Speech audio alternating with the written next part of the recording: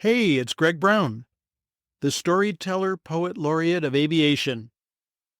Grab your logbook, 'cause it's time for another flying carpet cockpit adventure. I'm an aviation author, photographer, former National Flight Instructor of the Year, and Barnes & Noble Arizona Author of the Month. The Flying Carpet is a single-engine light airplane in which my wife Jean and I travel the North American continent, searching behind clouds for the real America. Learn more at my website, gregbrownflyingcarpet.com, where you can also see photos from most episodes. Happily, I've experienced only a handful of scares over my decades of piloting, but this one was a biggie. So climb aboard my flying carpet, buckle up your seatbelt, and prepare for takeoff on today's episode, Runaway Autopilot. Clear prop.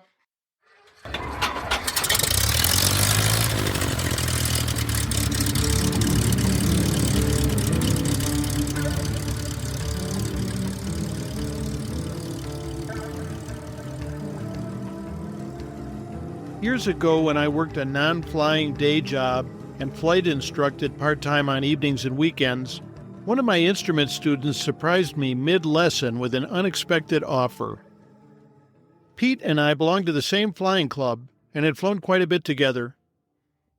"Greg," he said, "what would you think about quitting your day job and coming to work flying for my company?" "That's pretty crazy," I replied, "but tell me more." "As you know," he said, "we design and sell scientific instruments to companies and universities all over the country. We also present at various conferences and display at trade shows. We'd like to buy a cabin-class twin-engine airplane and have you fly it." Although having logged some 10 years and 2,000 hours of all-weather flying, I had only 140 hours of multi-engine experience at the time. So I questioned why he would choose me, and whether I was even insurable to fly a corporate twin. "I've flown with you enough as my instructor to know you're thorough, cautious, and safe," said Pete. "I'd be totally comfortable having you fly my people. We'd start with rental airplanes while you help us pick out a suitable cabin-class twin. As for insurance, I've already looked into it. You'd need a type-specific checkout, and we'd have to pay a higher insurance premium until you've accumulated enough time in type. But those are good investments, in my opinion, if you're willing to take the job." From that brief in-flight conversation, I learned a big lesson. If you've got someone who believes in you, that's worth at least as much as experience. Anyway, I started off flying rental aircraft part-time for the company to see how the position would work out, including numerous missions in a 4-place Piper Seminole to build multi-engine experience. My first corporate mission in the Seminole proved to be a late January overnight business trip. Pete and I launched early from our home base of West Lafayette, Indiana, for Syracuse, New York, where Pete had scheduled a customer meeting for the following morning. We were tailed by a fast-moving cold front. Forecasts indicated it would quickly pass overnight during our visit, followed by clear weather for our journey home the next afternoon following Pete's meeting. Urged through clear skies by prefrontal tailwinds, we enjoyed a quick and pleasant 3-hour flight. Sure enough, rain began that evening after dinner, changing to snow as temperatures plummeted overnight. As predicted, the weather system had largely passed by next morning, hours before we were to leave. Behind the front were bitterly cold temperatures under clear skies with strong winds. We anticipated powerful headwinds on the way home, but otherwise expected to be promptly on our way after Pete's morning meeting. The two of us emerged from our hotel rooms that morning to thick, sun-sparkled ice coating every twig, branch, and railing. It was stunningly beautiful. But after chipping ice off our rental car windows, I shouldn't have been surprised to learn that Syracuse Airport was closed due to icy runways. No matter, I figured, it would reopen later in the day once crews got working on it. Of course, the airplane was also sheathed in ice, being parked outside, so I planned to have it thawed in a heated hangar. But there was no point in doing so until the runway cleared, because given the frigid temperatures, the engines would require preheating before starting. At lunchtime, flight service reported that the airport was still closed. We pilots don't always appreciate what it takes to keep an airport open every day, especially in a wintry clime like upstate New York. Upon phoning the airport administration office, I learned that low temperatures were minimizing the effect of the airport's chemical de-icing agent, which only worked over a narrow temperature range.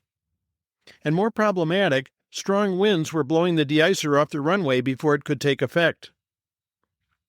Following Pete's meeting that afternoon, I reported the need to stay another night, as the airport was still closed.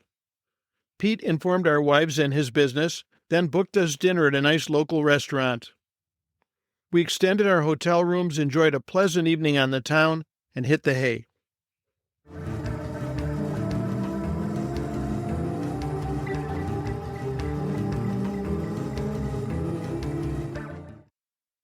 We awoke the next morning to clear blue skies and a forecast of perfect flying weather all the way home. But when I phoned flight service for a weather briefing and to file our flight plan, I was stunned to learn that the Syracuse airport was still closed due to, quote, runway braking action nil. Pete and I enjoyed a leisurely breakfast, but afterward the airport administration reported that they still couldn't clear the runway and didn't expect it to reopen until mid-afternoon. That didn't happen either. So on day 3, we rented a car to sightsee New York's gorgeous Finger Lakes region, including Cornell University's campus at Ithaca. Not until the 4th day after our arrival did the runway finally reopen. While waiting for the airplane's ice to melt and engines to warm in a hangar, Pete surprised me by suggesting I phone my wife Jean before takeoff. It turned out that she'd informed him that our then infant child was hospitalized with croup. Not wanting to worry me when I couldn't get home, they'd agreed not to tell me until we could actually depart. Commercial flights were, of course, also grounded due to the ice storm. The runway still had a few slick spots when we launched, requiring perfect takeoff technique. After battling headwinds for 4.5 interminable hours, we landed exhausted at home. Fortunately, by then our baby had been released healthy from the hospital. Pete flew this last leg and found the takeoff memorable. "Wow," he exclaimed after takeoff. "Cold, windy, and extremely nice to be able to depart the slick runway using flight controls to keep us straight on the ground roll. Icy runways are among the rare occasions when you sometimes have more ground control in an airplane than in a car or truck."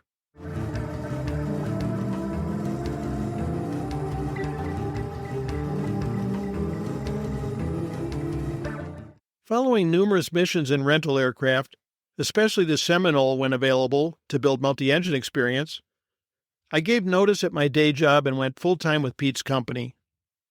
Back then, big piston twins were still popular for corporate flying. After test flying several models, including a Beech 58 Baron and a pressurized Cessna 421, we settled on a used cabin-class Piper Navajo, suitable for the company's Midwest and East Coast missions without breaking the bank. This position proved to be very rewarding. Not only were our flying missions varied, but Pete, as my boss and fellow pilot, trusted my decision-making and never pressured me to fly when weather or mechanical concerns threatened even the most important company missions. Shortly after we purchased the airplane, I got a surprise while testing fuel prior to a flight. It's customary during pre-flight inspection to rule out fuel contamination by draining samples from the bottom of each tank. Although clear and visually free of water bubbles, of course gasoline and water do not mix. Any heavier water forms in bubbles at the bottom of the sample. That's what we're looking for. Anyway, although clear and visually free of water bubbles, for some reason the fuel I'd collected in the strainer cup that day just didn't seem right to me. I was sensitized to this concern based on a frightening past incident at our airport.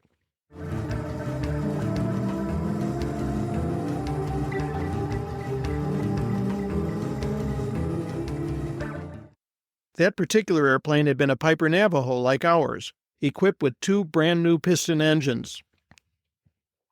Shortly after takeoff, both engines quit. Fortunately, the pilots had gained just barely enough altitude to return to the field and safely land.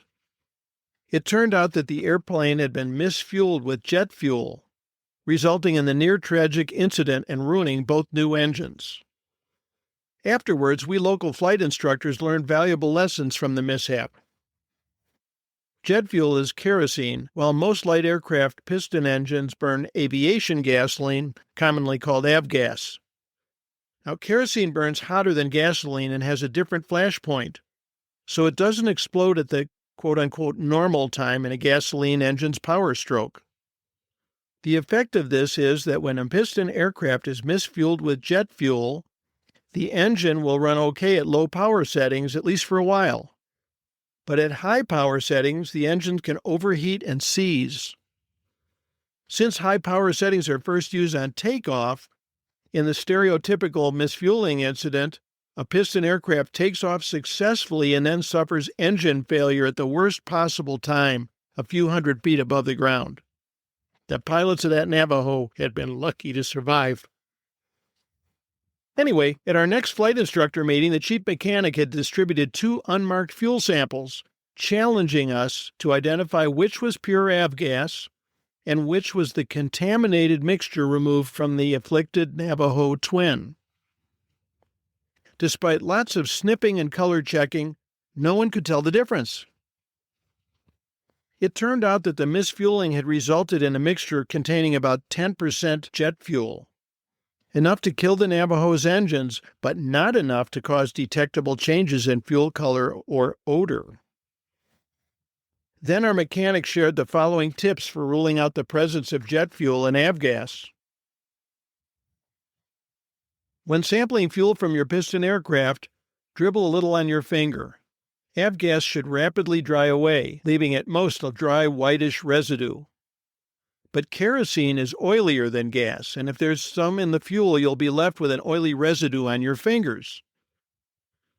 Now you can further test the fuel using paper chromatography, which most of us learned in high school chemistry. Drip a drop of strainer fuel on a clean paper towel. Straight avgas will evaporate, leaving little or no visible residue. But in a mixture of gasoline and jet fuel, the kerosene migrates outward through the paper to the edge of the absorbed drop, leaving a telltale ring after the gasoline evaporates. You pilots, knowing that could one day save your life. Now, misfueling incidents fortunately are rarer than they used to be because since this incident occurred many years ago, restrictors have been installed on piston airplanes to prevent jet fuel nozzles from fitting into avgas fuel tanks. But contamination still occasionally occurs when avgas trucks are misfueled.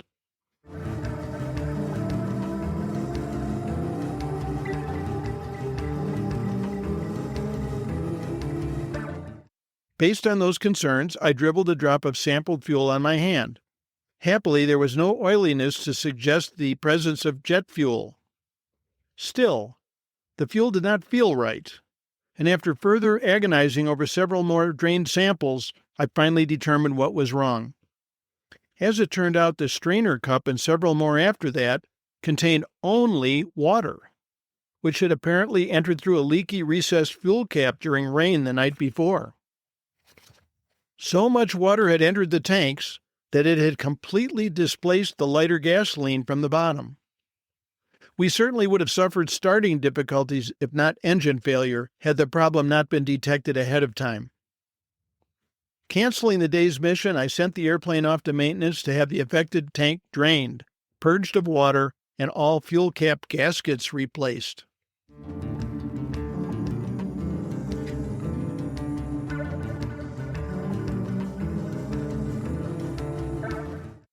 My first lesson as chief pilot was how much work it takes outside the cockpit running even a single airplane corporate flight department.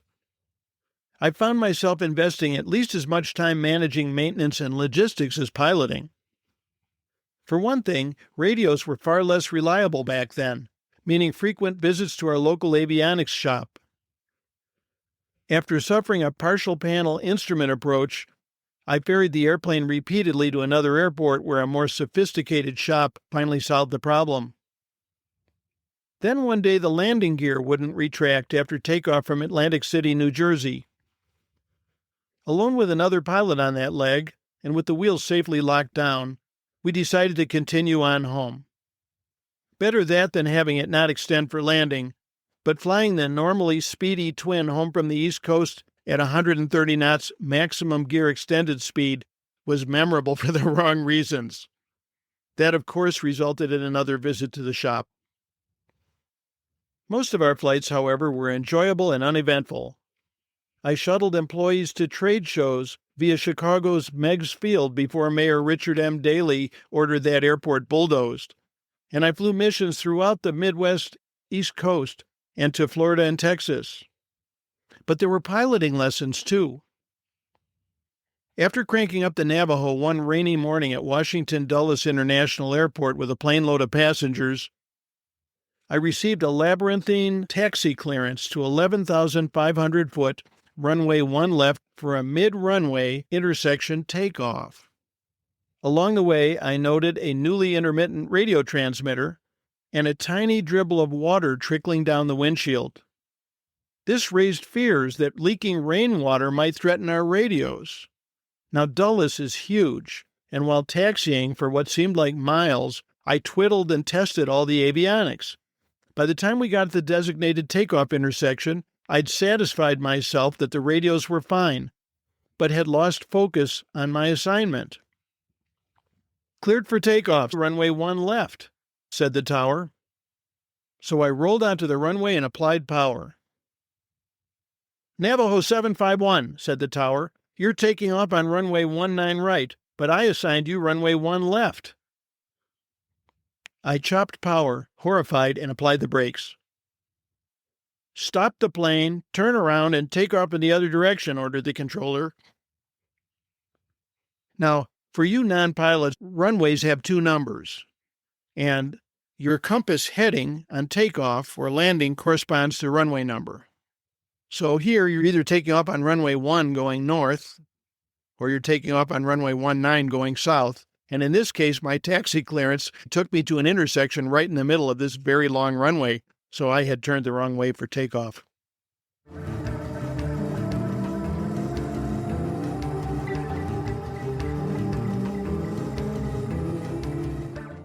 Fortunately, nothing came of it, but it was a potentially dangerous mistake and certainly embarrassing.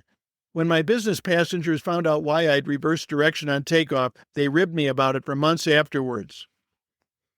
After that, you can bet I more diligently recorded taxi clearances, followed taxi progress on my airport charts, and when available, invited safety pilots along to busy destinations.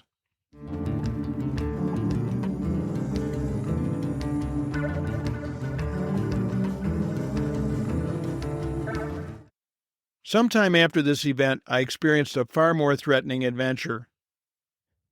The Navajo featured a curtained, plastic bag-lined toilet at the back of the cabin. Happily for me, no one ever used it, since as corporate pilot, I was responsible for cabin cleanup. An associated, quote-unquote, relief tube evacuated urine via funnel, rubber hose, and an under-fuselage venturi, where the urine would vaporize outside the aircraft. This proved a handy convenience, for males anyway, on extended flights. Pete usually accompanied other staffers on longer missions, so we could cover the controls for each other when nature called. But one day after dropping employees out east, I think it was Boston, I found myself returning 5 hours home alone.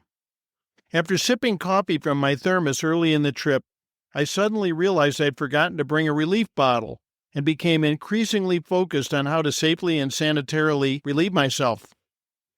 Landing would cost an hour, so being eager to return home on this long mission, I initially determined to tough it out. But as time passed and pressure grew, I couldn't help but contemplate entrusting the big twin to autopilot, someplace where ATC was unlikely to radio me, and hurrying aft to the relief tube. Obviously that would be stupid, but with each increasing degree of discomfort, my risk assessment skewed further toward, heck, it would only take a minute. Finally, while cruising clear and empty Ohio skies on autopilot at 180 knots, That's a bit over 200 miles per hour. I could wait no longer. I was just reaching to unbuckle my seatbelt to go back and relieve myself, when the airplane abruptly and dramatically pitched skyward.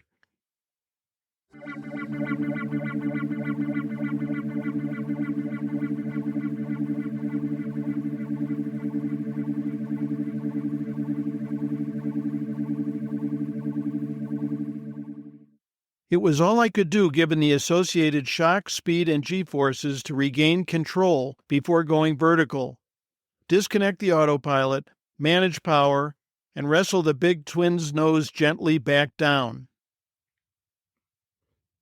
Had it happened a moment later, the airplane would have gone over the top, and I wouldn't be here telling this. Afterward, our avionics techs were unable to reproduce the runaway autopilot anomaly. It worked fine for extended periods with just the occasional deviation to alarm my passengers. But now that I was sensitized to the possibility, the other trim events were easily managed. Ultimately, over numerous appointments, our techs determined that the autopilot trim servo was improperly trimming the airplane nose up in level flight, forcing the pitch servo to battle it to maintain altitude. On extended flights, the pitch servo would ultimately overheat and cut out, releasing the nose upward. Once the pitch servo cooled, however, it and the autopilot would again operate properly. Armed with that diagnosis, the problem could finally be fixed. I don't remember how I addressed nature's call following that long-ago runaway autopilot. A sick sack or empty water bottle might have been involved. But needless to say, I've never again considered leaving the controls without another competent pilot aboard to cover them. Oh, and I always carry a relief bottle.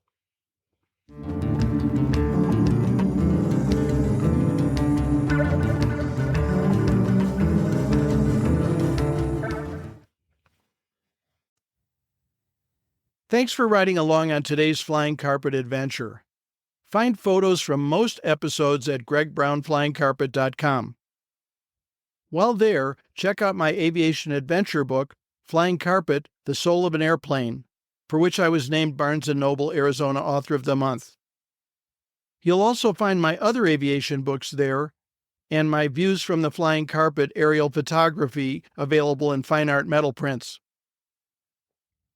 Please support this podcast by sharing your favorite episodes on social media, posting reviews on your favorite podcast directories, and donating via gregbrownflyingcarpet.com. I welcome your feedback via my website, via my Flying Carpet Podcast Facebook group, or the fan mail link in your favorite podcast app. Finally, follow my social media sites by searching Greg Brown Flying Carpet. And consider joining my Student Pilot Pep Talk Facebook group. Thanks, Carter Olson, for the tagline. Music by Hannes Brown. See you next time.